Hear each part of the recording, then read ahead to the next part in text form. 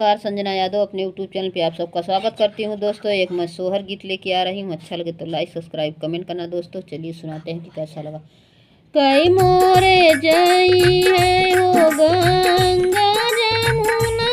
हो, कई जई है बैजुनाथ, कई मोरे जई है हो काशी बनारस, जहाँ महू जबई संग साथ, पापा मोरे जई है गंगा जमुना, माता चाचा मोरे बैजुनाथ, ओ भैया लोग जई है हो काशी बनारस, महू जबई संग साथ हो, भैया लोग जई है काशी बनारस, महू जबई संग साथ हो, सभवा बैठल बाबा है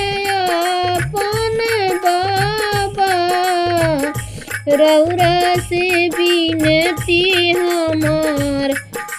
कवन विधि बाबा मोर कइला जाने हुआ, हमरा के देहि बताई,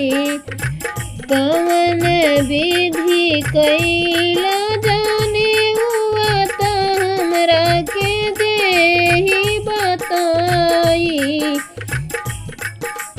बिहसी के बोले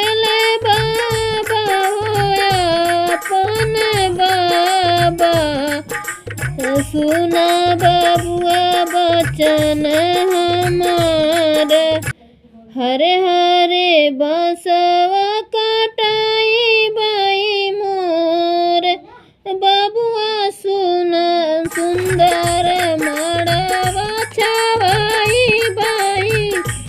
हरे हरे बसवा कटाई बाई, सुंदर मड़वा छवाई बाई, बीच आंगनैया बबुआ चक्र पूरा चौका पुराई बाई,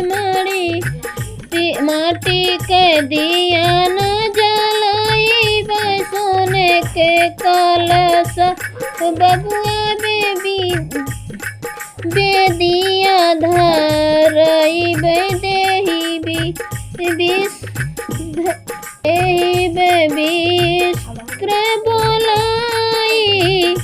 बीच आंगनैया बबुआ चौका पुराई बाई,